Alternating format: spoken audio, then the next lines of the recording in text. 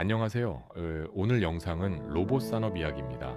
근데 단순히 로봇이 뜬다 이런 얘기가 아닙니다. 오늘은 정책이 산업을 어떻게 밀어 올리는지, 그리고 그 속에서 어떤 기업이 구조적으로 돈을 벌 수 있는지를 정리해 보겠습니다. 시작부터 강하게 한 문장 던질게요. 지금 로봇은 테마가 아니라 대한민국 제조업이 살아남기 위한 운영체제입니다. 정부가 2030년까지 첨단 로봇 100만 대 보급을 공식 목표로 걸었습니다. 민간 합동 투자도 3조 원 이상입니다. 이 말은 뭐냐? 로봇이 이제 연구소 실험이 아니라 국가 단위 보급 산업으로 넘어간다는 뜻입니다. 오늘 영상에서는 정부 정책을 기반으로 국내 핵심 기업 5곳을 중심으로 하여 이 산업이 어디로 향하고 있는지 분석해 보겠습니다. 기업 순서는 다음과 같습니다. 현대자동차그룹, 레인보우 로보틱스, 로보티즈, 휴림로봇, 유진로봇, 현대자동차그룹, 로봇을 제조의 운영체제로 만든다. 먼저 현대자동차그룹입니다. 현대차를 단순 완성차 기업으로 보면 로봇 전략을 이해하기 어렵습니다. 현대차는 싱가포르에 글로벌 혁신센터를 구축했습니다. 여기서 가장 중요한 건 기존 컨베이어 방식이 아니라 셀 기반 생산 시스템을 도입했다는 점입니다. 이 말은 무엇이냐? 대량 생산 중심 공장에서 유연 생산 중심 공장으로 이동했다는 뜻입니다. 여기에 디지털 트윈이 결합됩니다. 현실 공장을 가상 공간에 그대로 복제합니다. 공정 변경을 라인을 멈추지 않고 가상 공간에서 먼저 테스트합니다. 이게 바로 메타 팩토리입니다. 그리고 이 구조 안에서 로봇은 단순 자동화 장비가 아닙니다. 로봇은 데이터 기반 생산의 핵심 노드입니다. 특히 모베드 같은 로봇 플랫폼은 모듈형 구조와 API 확장성을 갖습니다. 즉, 현대차는 로봇을 판매하는 게 아니라 모빌리티 운영체제를 구축하는 전략을 쓰고 있습니다. 여기서 핵심이 하나 더 있습니다. 바로 보스턴 다이내믹스의 휴머노이드 아틀라스입니다. 현대자동차 그룹이 인수한 이 로봇은 단순한 기술 시연용이 아닙니다.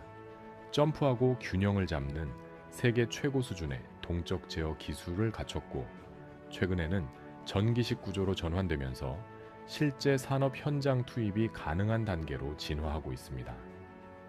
중요한 건 현대차는 이 로봇을 판매만 하는 기업이 아니라 스마트 팩토리 안에 직접 투입할 수 있는 제조 기업이라는 점입니다. 만약 휴머노이드가 조립과 물류 공정에 들어간다면 이는 로봇 사업이 아니라 제조 혁신입니다.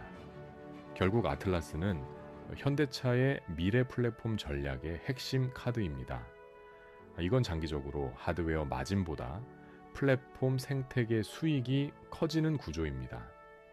특히 최근에는 정의선 회장의 승계를 위한 자금 문제가 불거지면서 주가 흐름에도 좋은 영향을 주고 있고, 삼성전자와의 협력 강화 소식도 있는 격포자의 기업으로 평가되고 있습니다. 레인보우 로보틱스, 삼성전자와 연결되는 휴머노이드 전략축, 다음은 레인보우 로보틱스입니다. 이 기업을 볼 때 반드시 같이 봐야 할 회사가 있습니다. 바로 삼성전자입니다.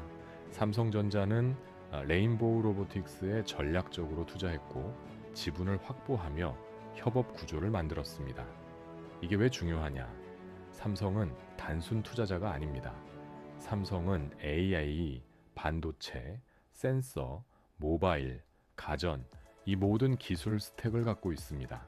레인보우 로보틱스는 카이스트 기반 연구진이 만든 기업으로 감속기, 구동기, 제어기를 100% 자체 개발하는 수직 통합 역량을 갖고 있습니다. 이 말은 뭐냐? 휴머노이드 로봇이 상용화될 경우 삼성의 AI 반도체와 레인보우의 관절 기술이 직접 연결될 수 있다는 뜻입니다. 로봇 산업에서 가장 중요한 건 관절입니다. 사람처럼 움직이려면 정밀 감속기와 액추에이터가 필수입니다. 이걸 외부에 의존하면 원가 구조가 무너집니다. 레인보우는 핵심 부품을 자체 설계하고 제조합니다. 이건 단순 기술력이 아니라 마진, 통제력입니다. 삼성전자의 전략은 명확합니다. AI가 고도화될수록 그 AI를 담는 물리적 플랫폼이 필요합니다. 휴머노이드는 AI의 최종 하드웨어 플랫폼입니다. 이 연결 구조는 중장기적으로 가장 강력한 시너지 가능성을 갖고 있습니다. 로보티즈, 감속기 국산화와 서비스 로봇, 실전 모델. 다음은 로보티즈입니다. 로보티즈는 부품부터 완제품까지 이어지는 수직 계열화를 거의 완성한 기업입니다. 다이나믹셀 액추에이터는 전 세계 로봇 개발자들이 사용하는 표준급 모듈입니다. 그리고 여기서 핵심은 감속기 DYD의 독자 개발입니다. 정밀 감속기 시장은 과거 일본 기업이 장악했습니다. 로보티즈는 이 영역을 국산화했습니다. 이게 왜 중요하냐? 첫째, 수익성. 핵심 부품을 직접 만들면 마진 구조가 달라집니다. 둘째, 공급망 안정성. 외부 리스크를 줄입니다. 셋째, 서비스 로봇의 최적화, 경량화, 내충격성, 반복 정밀도. 특히 배송 로봇은 엘리베이터 연동 비용을 없애는 방식으로 시장 진입 장벽을 낮췄습니다. 이건 기술이 아니라 사업 모델 혁신입니다. 휴림 로봇, 산업용에서 서비스로 확장하는 전략. 다음은 휴림 로봇입니다. 휴림 로봇은 산업용 로봇 중심에서 점차 서비스 영역으로 확장하는 구조를 갖고 있습니다. 정부가 로봇 100만 대를 말할 때 산업용과 서비스용은 동시에 확대됩니다. 특히 제조업 현장 자동화는 가장 먼저 수혜를 받는 영역입니다. 휴림 로봇은 공장 자동화 솔루션을 기반으로 점진적으로 고도화되는 구조입니다. 단기 테마보다 정책 보급 확장과 함께 실증 레퍼런스가 쌓이는지를 보는 게 중요합니다. 유진 로봇, 센서와 자율주행 기반의 물류 자동화. 마지막은 유진 로봇입니다. 자율주행 로봇에서 센서는 생명입니다. 라이다 센서의 자체 개발은 기술 자립과 원가 경쟁력을 동시에 의미합니다. 서비스 로봇 시장이 커질수록 센서 데이터와 관제 시스템이 중요해집니다. 결국 물류 자동화는 자율주행 정확도와 안전성 싸움입니다. 유진 로봇은 이 영역에서 하드웨어 기반을 갖춘 기업입니다. 마무리하겠습니다. 정부의 로봇 100만 대 전략은 보급 정책이 아니라 산업 체질 개선 정책입니다. 현대차는 플랫폼을 만들고 레인보우는 휴머노이드 핵심 관절을 쥐고 로보티즈는 감속기 국산화를 완성하고 휴림 로봇은 제조 자동화 기반을 다지고 유진 로봇은 센서와 자율주행을 담당합니다. 앞으로 시장은 완제품이 아니라 부품과 플랫폼 중심으로 재편될 가능성이 큽니다. 이제 투자 관점에서 딱 체크할 항목만 정리하고 마무리할게요. 첫째, 핵심 부품 내재화가 가능한 기업인가? 감속기, 액추에이터, 센서. 이게 없으면 마진이 얇고 성장의 과실을 못 가져갑니다. 둘째, 정책 목표와 정렬된 기업인가?